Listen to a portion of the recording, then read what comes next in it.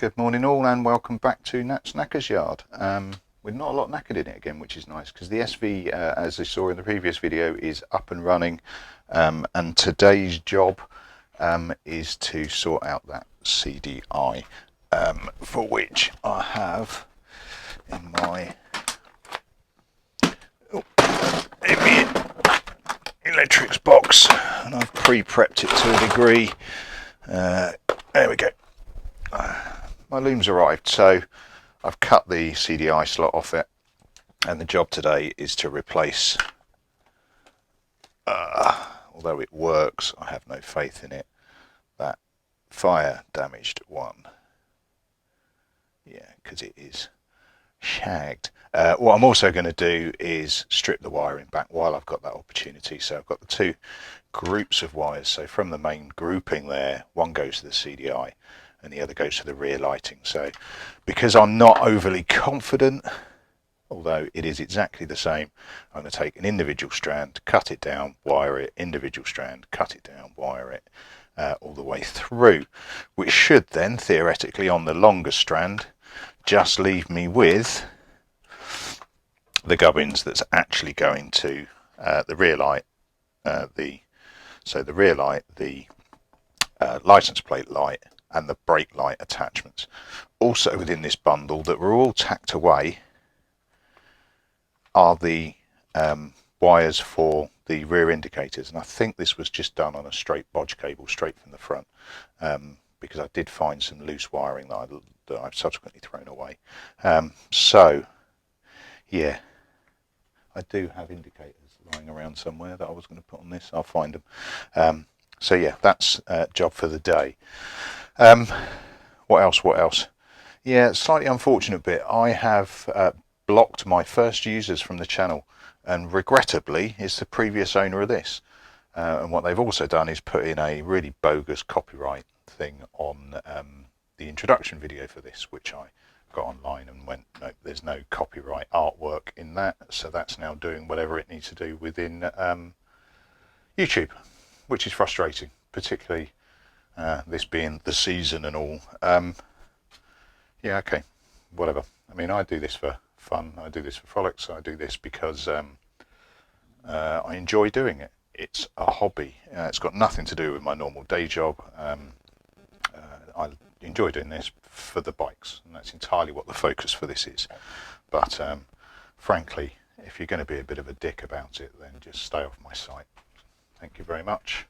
There's enough negativity in the world without adding to it. Other stuff, I've got the posties beam because the posties great. New rectifier, regulator rectifier, all good to go. I don't know if that works, I don't know if it doesn't, but I've lost some faith in it, so I'll just replace it. So that's a straight plug and play. It's a CBR 900 one. Also coming through the post for the Yamaha XS is a new button. So I don't need a whole new piece, it's just the button that I need. So yeah, that's a slower time one. Reaffirming my faith in humanity. Sorry, that was from these guys, a German company in Hamburg. I also got a little chocolate sweetie, which just basically reaffirmed my faith in humanity this morning, and occasionally it does need that. So cheers dudes, I'm going to eat that while I'm going.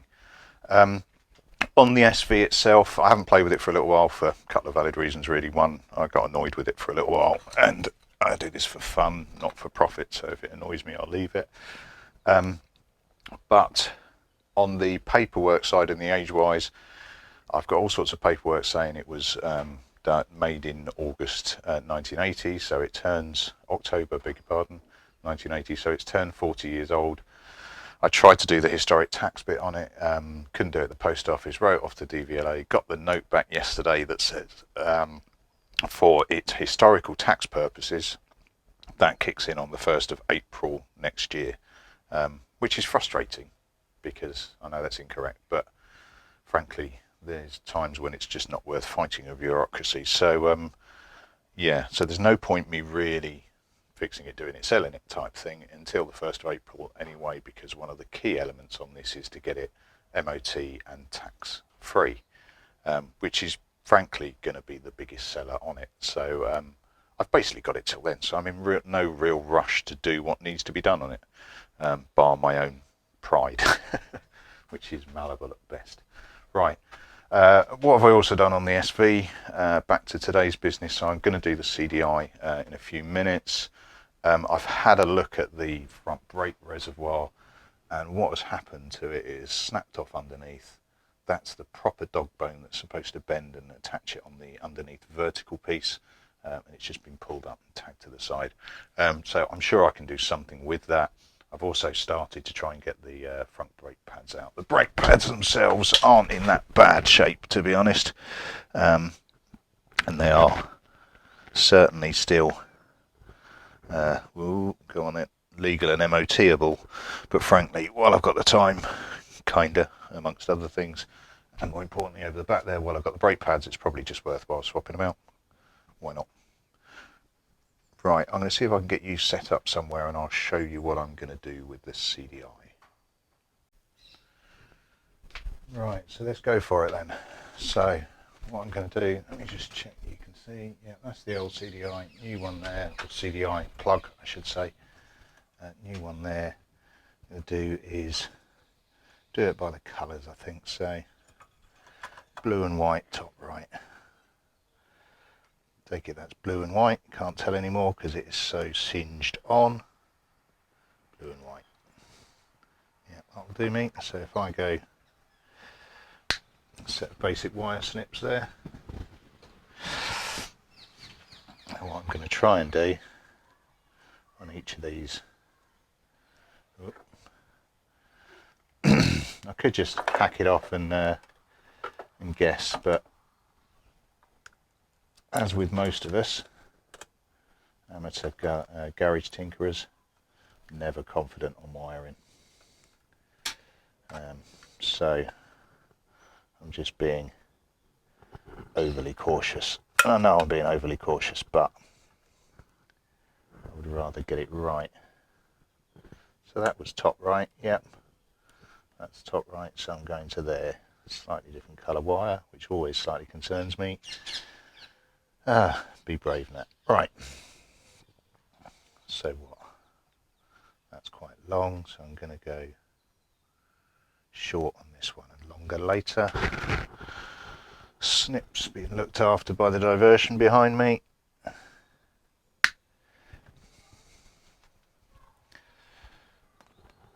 Right, what my only purchase for this is some wire strippers, which were I think £6 from Halfords.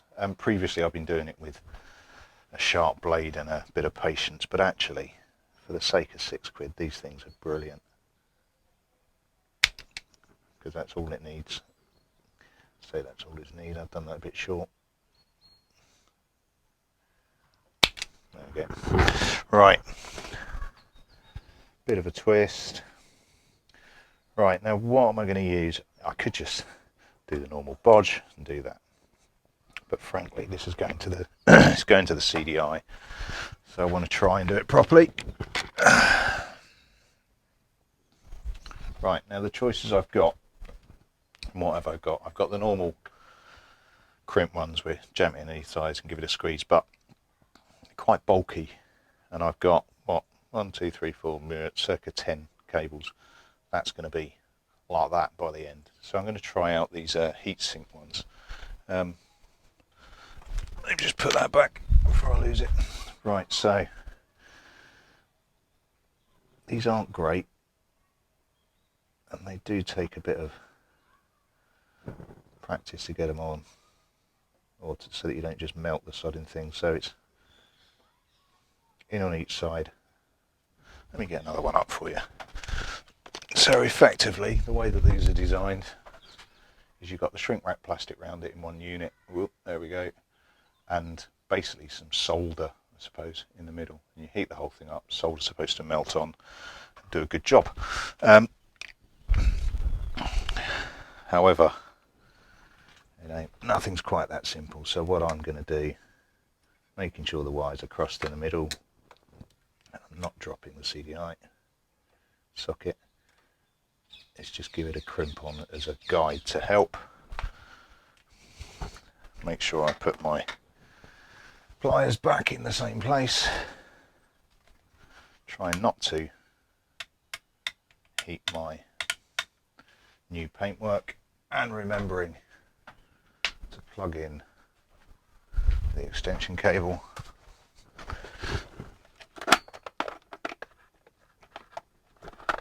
Which suddenly doesn't seem to want to play, even though it's plugged in.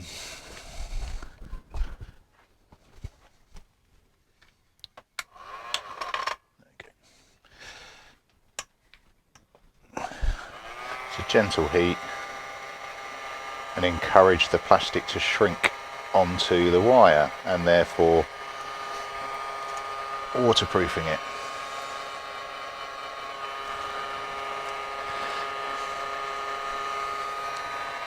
Doing it nice and gently because I don't want to overly melt it,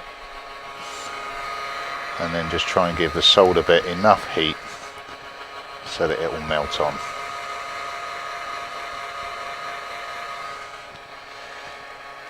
He says confidently. There we go, just starting to melt. And job is a good one. I'll leave that to cool.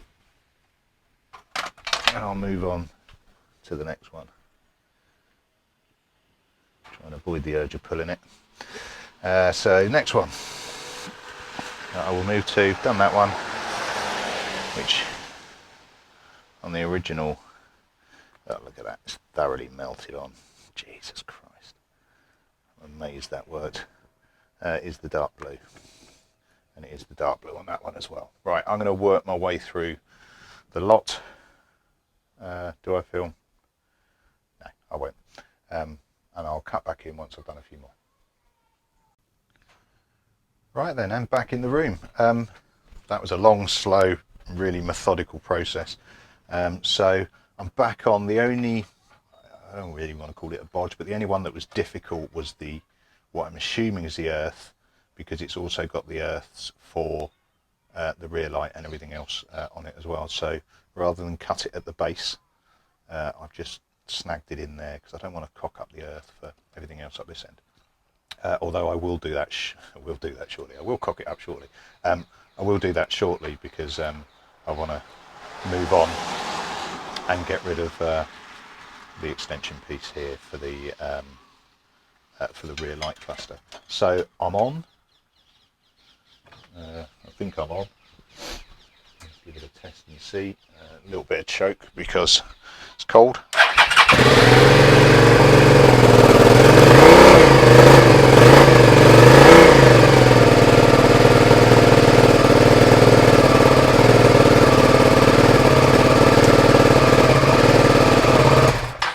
And I think we're good. It just struck me then actually. I've put the big can back on, and I know that'll annoy some people because they like the little, but oops. The reason I've done it is partly just it didn't sound happy with the small one. It sounded rough. It sounded nice and loud and all that, but it sounded rough. I don't think the jetting supports it. And if you look at my attempt to silence it a bit, I did have a JB Weld plug within that, and it just hasn't survived. It's just burnt it through, or it's shaking it through. It's strong stuff, but it doesn't survive vibration well. So yeah, I've taken that off. I might have another think. It's obviously got the padding and the wadding on there that doesn't seem to be making a great deal of difference. So, and bearing in mind that for MOT, I'll probably go for this one anyway. So yeah, big can back on. Right, I'm going to have a look at the wiring for the rear light and everything, and just strip that back while I've got it all open and while I've got my tools out, and it should all just fit better and nestle better. Then obviously I've got some wrapping to do just to tidy up the slight mess that I've now created. Cool.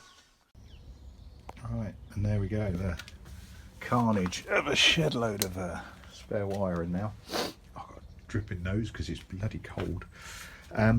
Yeah, and all good. What it's also done is I've just shortened the wires back into the back piece. I'll tape all that in a second. But by process of elimination, i.e. the last two wires that I haven't cut yet, what I have found is left indicator, right indicator. I have found the indicator wires, which is nice. They're not flashing, which is a bit strange, but frankly, at least I know where they are. Might be something with the flasher relay. I'm not attached at the front. I suppose I could do that. I can't be bothered at the moment. But at least I know where the power wires are. I've kept all of the earth cables at the moment, and there are a lot, but I don't know what they're attached to or what they once were attached to yet. So rather than just hack them off, I've just cut short and let go. Right, I'm going to see if I can find some half decent tape and try and tidy up this mess. All right, realised I was just about to plug in the new or the replacement rectifier or regulator rectifier, and then I looked at the wiring that it was in, and all of that was coiled up. So what was initially just going to be, I'll cut it back and re-terminate it just to make it a bit neater. Took the tape off, and you've got dead wires that go nowhere. On the plug end, you've got the 3 yellows there, go into that block there. One of them goes to nothing at all. It's an absolute cluster fuckery of wiring here. I'm trying not to mention the previous or the original builder, who I will refer to as Voldemort, i.e. he who must not be named, or she that must not be named in this case. Yeah, Voldemort's really bodged this. So right, let's get it sorted. Change of plans. Mostly because for some reason I kept blowing the fuse. So I think it was the 3 yellows going into the rectifier. Remember, one was cut. I connected them all, it worked fine. I started to wrap it, tried it again, pop. And several pops later, I think 3 fuses I've been through. Eventually I just thought, well, sod it, I've got a loom, I've got a SV650 rectifier, let's give that a go. So I've just cut the sockets off the other loom and effectively returned it to stock. So that's the original, that is an SV650 rectifier, and the wiring now adapted to fit it. Right, get wrapping again. See, I did wrap all of this, then when it just started to cut out, I thought I might have crossed some wires up on the CDI. I hadn't, so I've just got to re-wrap all that again. Cool. And sorted. Right, so hours wise, that's probably the longest session I've done on bikes for quite a while. I'm not entirely sure why I've been let get away with it. I think the missus is baking. Yeah, so the longest session with possibly the least obvious impact, but that is so much, for one, neater in there. I've still got protruding wires for the indicators once I get to that, but that will not be today. I have really pushed me luck today. So considerably less, with gash down there, considerably less caggage up here, a considerably safer CDI mount. I've gone back to the original rectifier, the original rectifier, and it just looks that much neater. This kind of appeals to my obsessive compulsive nature. Yeah, happy with that, well happy with that.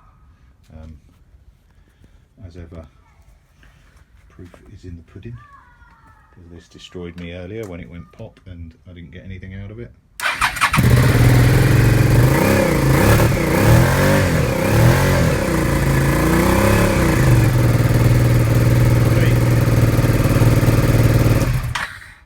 Lovely, isn't it? Right, brill. I best tidy up this carnage that I've created in my garage with stuff everywhere, and then that'll do me for the day. Yeah, thanks all. I've even eaten me chocolate. Yeah, a productive day, even though there is very little to show for it, but a happier bike. Cheers all, I'll catch you later on. Ta-da.